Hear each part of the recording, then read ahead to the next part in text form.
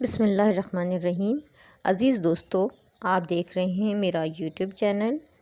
تو آج ہم سیکنڈ ایئر کی جو نئی بک آئی ہے، یہ اس کی دیکھیں آپ پکچر، اور چیپٹر کا نام ہے نئے دور کی لڑکی، اور اس کے ماخوذ از یہ زینت تحریر مرزا کلیج بیگ، سندھی ترجمہ امداد حسینی۔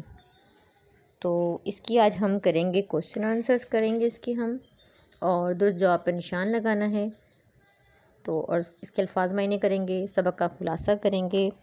تو اگر آپ نے ابھی تک میرا چینل کو سبسکرائب نہیں کیا تو جلدی سے مہر اجالا اکیڈمی کو چینل کو سبسکرائب کر لیں، اور ساتھ میں لگے ہوئے بیل کے آئیکن کو ضرور پریس کر لیجیے گا تاکہ آپ کو میری نئی آنے والی ویڈیوز وقتاً فوقتاً ملتی رہیں اور آپ اس سے انشاءاللہ فائدہ اٹھا سکیں، اور دوستوں کے ساتھ شیئر کرنا نہ بھولیے گا تاکہ وہ بھی اس سے فائدہ اٹھائیں۔ تو چلتے ہیں ہم اپنے سبق کے الفاظ معنی کی طرف چلتے ہیں۔ پہلے اس میں نئے دور کی لڑکی کے الفاظ معنی ہیں۔ کارچوب کہتے ہیں کشیدہ کاری میں کام آنے والا فریم جو ہاتھ کی کڑھائی وغیرہ کرتے ہیں۔ ولایت کہتے ہیں انگلستان۔ سیانی سمجھدار، ناتا رشتہ۔ مکھی جوس کہتے ہیں کنجوس۔ دودھو نہاؤ پوتو پھلو کا مطلب ہے ضرب المثل، یعنی ایک مثال ہے جس کا مطلب ہے دولت اور اولاد میں کھیلتی رہو۔ منشا کہتے ہیں مرضی۔ جگ کہتے ہیں دنیا، ریت رسم و رواج۔ تو اس کے مشقی سوالات کر لیتے ہیں۔ درج ذیل سوالات کے جوابات دیجیے۔ حامد جو کتابیں دیکھنے گیا ان میں کیا چیز تھی؟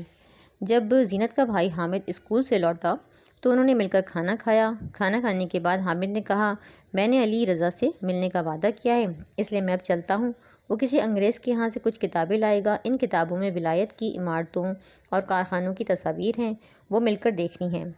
چلتے وقت اس کی بہن نے کہا کہ بھیا وہ کتابیں کچھ دیر کے لیے گھر میں اگر مل سکیں تو لیتے آنا تاکہ میں بھی دیکھ لوں۔ سوال نمبر 2 ہے اس کا، اونٹ کی گھنٹی باندھنے کا کیا مطلب ہے؟ اونٹ گلے میں گھنٹی باندھنے کا مطلب ہے کسی کام میں ایسی رکاوٹ ڈال دی جائے کہ وہ ہو ہی نہ سکے، ایک مفید کام کے ساتھ دوسرا نقصان دہ کام لازم ہونے کا موقع پر۔ دو بے جوڑ چیزوں کا یکجا ہونا، بڑی عمر کے مرد سے کم سن لڑکی کا نکاح ہونا۔ شہر بانو کے پاس بختیور کس مقصد سے آئی تھی؟ شہر بانو کے پاس بختیور زینت کے رشتے کے بارے میں گفتگو کرنے آئی تھی۔ زینت بی بی کے لیے بختیور نے کس کس گھر سے رشتہ آنے کا خیال ظاہر کیا؟ زینت بی بی کے لیے بختیور نے سیٹھ گل محمد کا لڑکا محمد رمضان وکیل اور ماموزاد امیر علی کے گھر سے رشتہ آنے کا خیال ظاہر کیا۔ گھر کس وجہ سے جنت بن جاتا ہے؟ تو میاں بیوی کے درمیان اعتماد کا ہونا ضروری ہے، ایسا باہمی اعتماد جس سے دونوں کو مسرت حاصل ہو، دونوں آگے بڑھیں اور زندگی خوشگوار طور پر گزاریں۔ اس اعتماد کی وجہ سے گھر جنت بن جاتا ہے، جہاں ایسا نہیں ہے وہ گھر تو دوزخ سے بھی بدتر ہے۔ بیٹیاں تو آنگن کی چڑیا ہوتی ہیں، اس مثل میں زینت کے لیے کیا اشارہ ہے؟ بیٹیاں تو آنگن کی چڑیا ہوتی ہیں جو کچھ دن اپنے ماں باپ کے گھر میں رہ کر رونق بکھیرتی ہیں اور پھر ایک نئے دیس جانے کی تیاریاں کرتی ہیں۔ ہر لڑکی کو اپنے ماں باپ کا گھر چھوڑ کر ایک دوسرے گھر کی بنیاد رکھنی ہوتی ہے، اللہ رسول کا حکم ہے اور اس کی تعمیل ہم پر فرض ہے۔ اور اس محاورے سے ایک اشارہ یہ بھی ملتا ہے کہ زینت کو بھی اپنے والدین کا گھر چھوڑ کر ایک نئے گھر کی بنیاد رکھنی تھی۔ اب جو اس سبق کے لکھنے والے ہیں نا، تو ان کے بارے میں ہم تعارف مصنف کر لیتے ہیں۔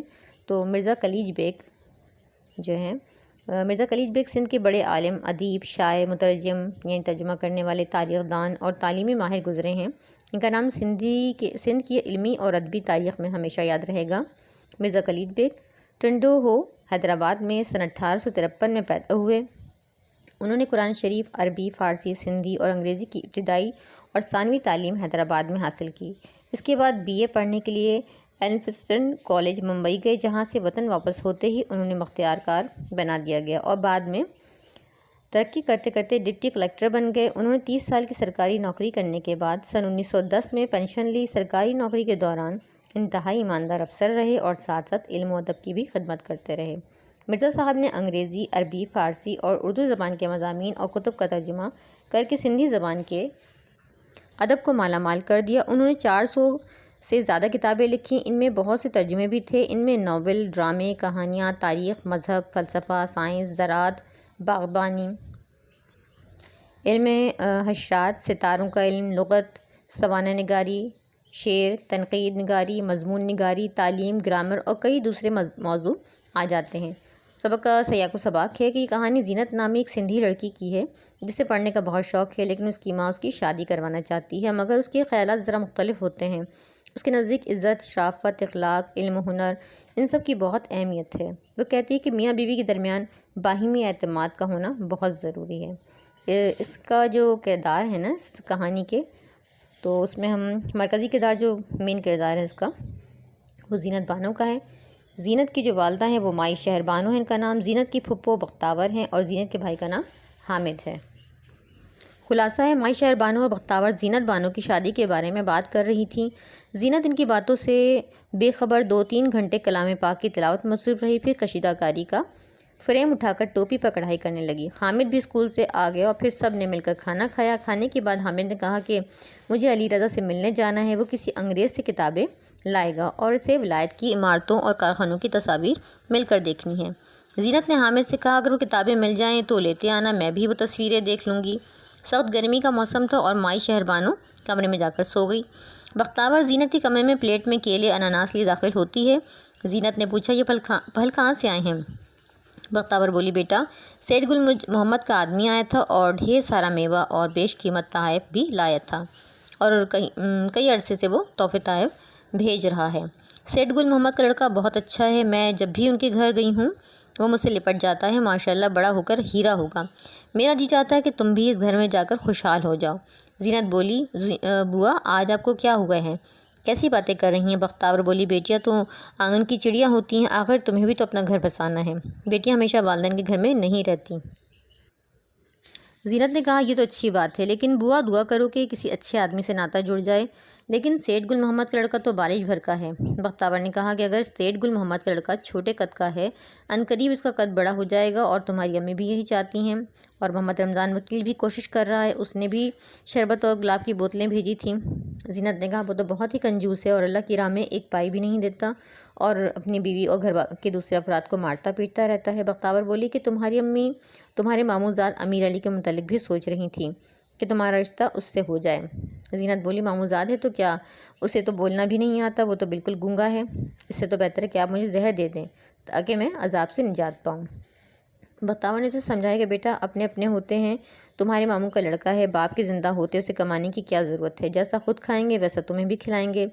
तुम तो जानती हो कि बेटियां तो पराया धन होती हैं, अपने रिश्तेदार और लोगों का भी तुम्हें अंदाज़ा है कितनी बातें बनाते हैं। जब लड़की कुछ ज़्यादा अरसे वालिदैन के यहाँ बैठी रहे तो लोग तरह तरह की बातें करने लगते हैं कि फ़लाँ के लिए दूल्हा नहीं मिलता। ये भी हमारे लिए कोई अच्छी बात तो नहीं है, आखिर दुनिया की ऐसी ही रस्म चलती आ रही है। ज़ीनत ने कहा,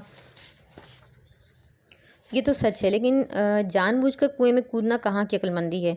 बख्तावर बोली, अब फिर आखिर क्या करना चाहिए? तुम्हारे लिए दूल्हा आसमान से तो नहीं उतरेगा, पता नहीं तुम्हें किसका घर पसंद है। ज़ीनत बोली, बुआ घर की फ़िक्र भी नहीं, इतनी अहम नहीं, इज़्ज़त है, गरीब है तो क्या, दौलतमंद है तो क्या, गुर्बत और शराफत दौलत से बढ़कर है।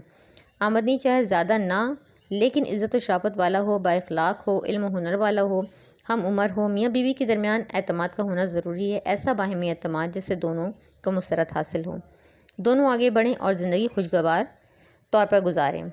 इस एतमाद की वजह से घर जन्नत बन जाता है, जहाँ ऐसा नहीं है वो घर तो दोज़ख से भी बदतर है। तो ये हमारे, अब हम दुरुस्त जवाब पर निशान लगाना देख लेते हैं। मैं सदके बारी ये फ़िक्रा है, तो इसमें इस सालिफ में आएगा बख्तावर ने। अम्मी रिश्ता चाहती थी अली रज़ा से, मोहम्मद रमज़ान से, अमीर अली से या गुल मोहम्मद से, तो अमीर अली से।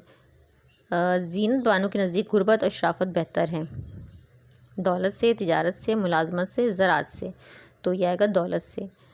दूधो नहाओ पूतो फलो का मतलब है तुम साहिब औलाद हो, मालो दौलत की फरावानी हो, तुम खूब दूध पियो, बेटों तक को पिलाओ, तुम दूध से नहाओ और बेटों के फल खाओ, तुम्हारी उम्र दराज हो। तो इसमें पहला आएगा तुम साहिब औलाद हो, मालो दौलत की फरावानी हो।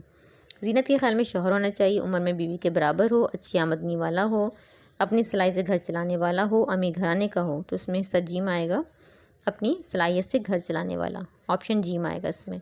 तो ये हमारे चैप्टर कंप्लीट हो गया है। अब जो इसके इक़्तिबास 7 रह गए हैं और सैयद सबाक के साथ उनकी तशरीह इंशाल्लाह वो अगली वीडियो में मैं ज़रूर बनाऊंगी। और अगर आपको वीडियो पसंद आई हो तो प्लीज़ लाइक कर दीजिएगा। इन वीडियोस को बनाने के लिए काफ़ी मेहनत करना पड़ती है, तो अगर आप लोग लाइक करेंगे तो इससे हमारी हौसला अफजाई होती है। वीडियो को लास्ट तक देखने का बेहद शुक्रिया।